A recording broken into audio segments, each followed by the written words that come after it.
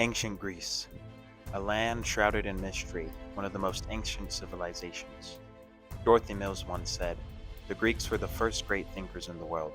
They were possessed of a passion for knowing the truth about all things in heaven and earth." A very apt and precise definition of the great people of ancient Greece, who left such great gifts for us, such as their philosophical breakthroughs, the Greek ideal values of beauty, freedom, and truth, and its beautiful art. This is the story of ancient Greece. Hey guys, welcome back to our fifth installment of our Ancient Greece series. I'm very happy to be with you today. And where we left off was we had the city of Miletus burned to the ground due to their rebellion and the Athenian army aiding them. And then that was a failed coup against the Persians. And so now Darius wants revenge against the Athenians. And so that is what we will be discussing today. This is the great beginning of the Persian Wars. And it sets us in the year 492 BC.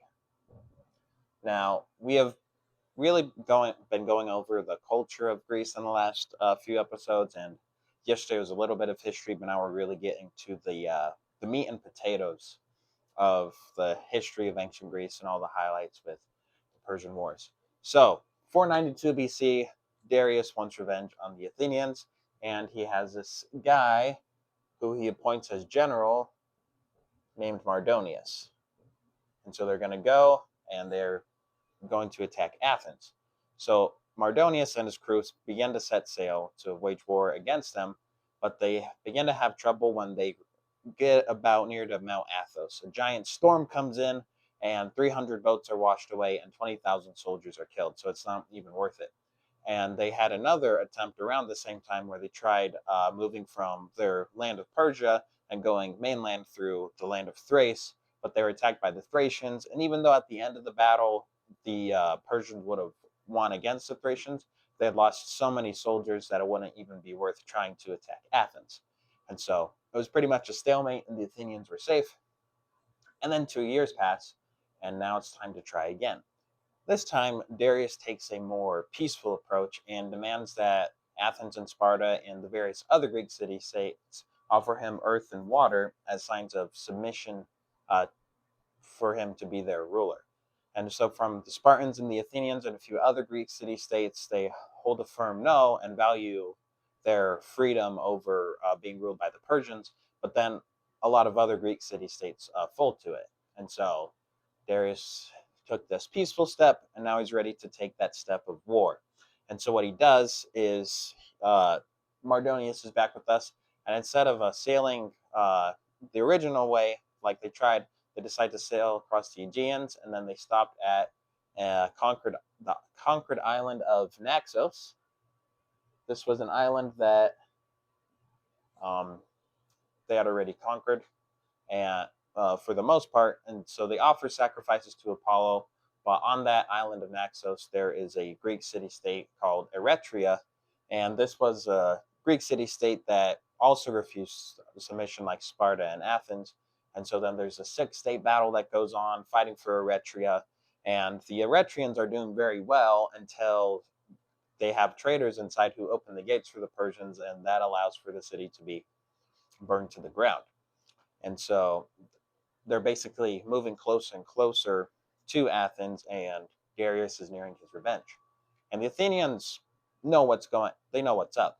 And so they realize that they do not have a big enough army to be able to stop our good friend Darius from attacking. And so they send a swift runner, Phidippides, all the way to Sparta, which is quite an interesting story.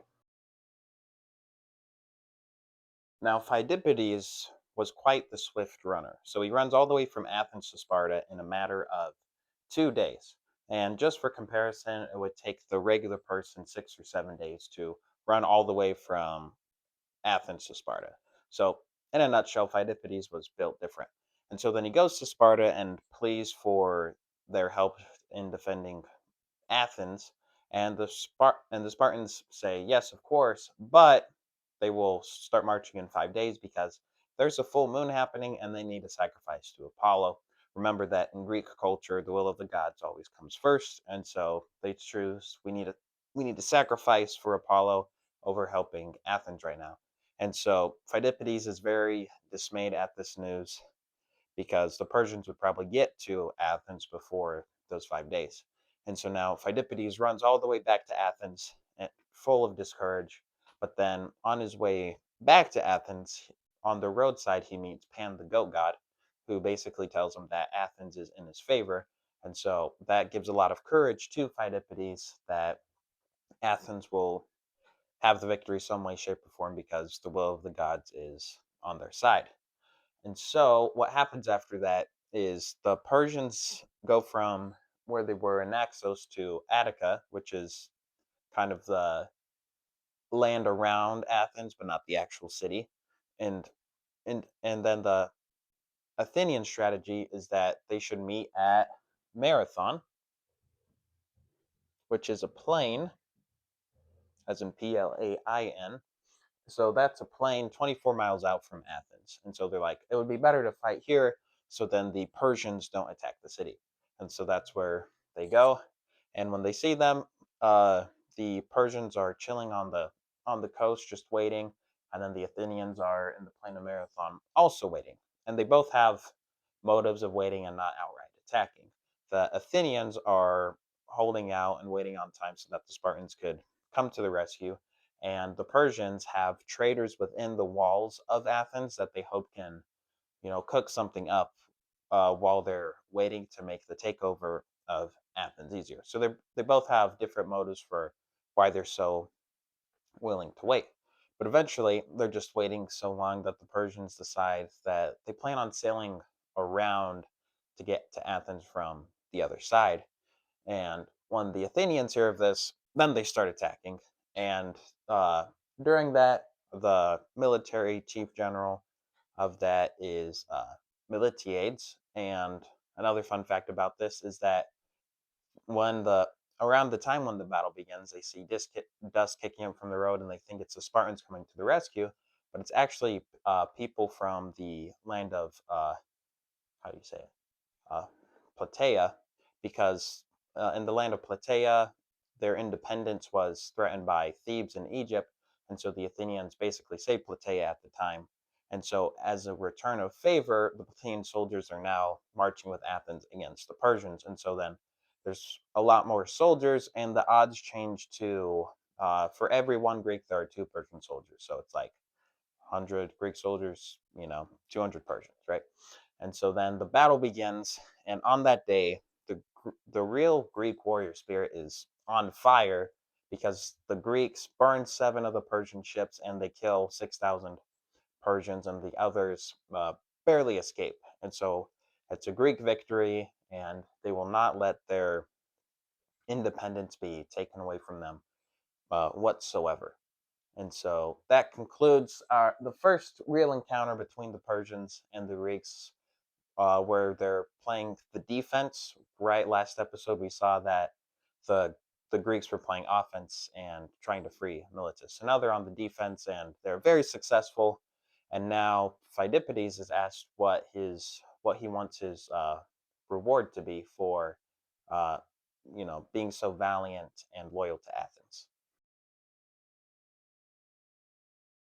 And so with Pheidippides, all he wants is to marry his beautiful maiden and have a garden with her, right? So every guy's dream.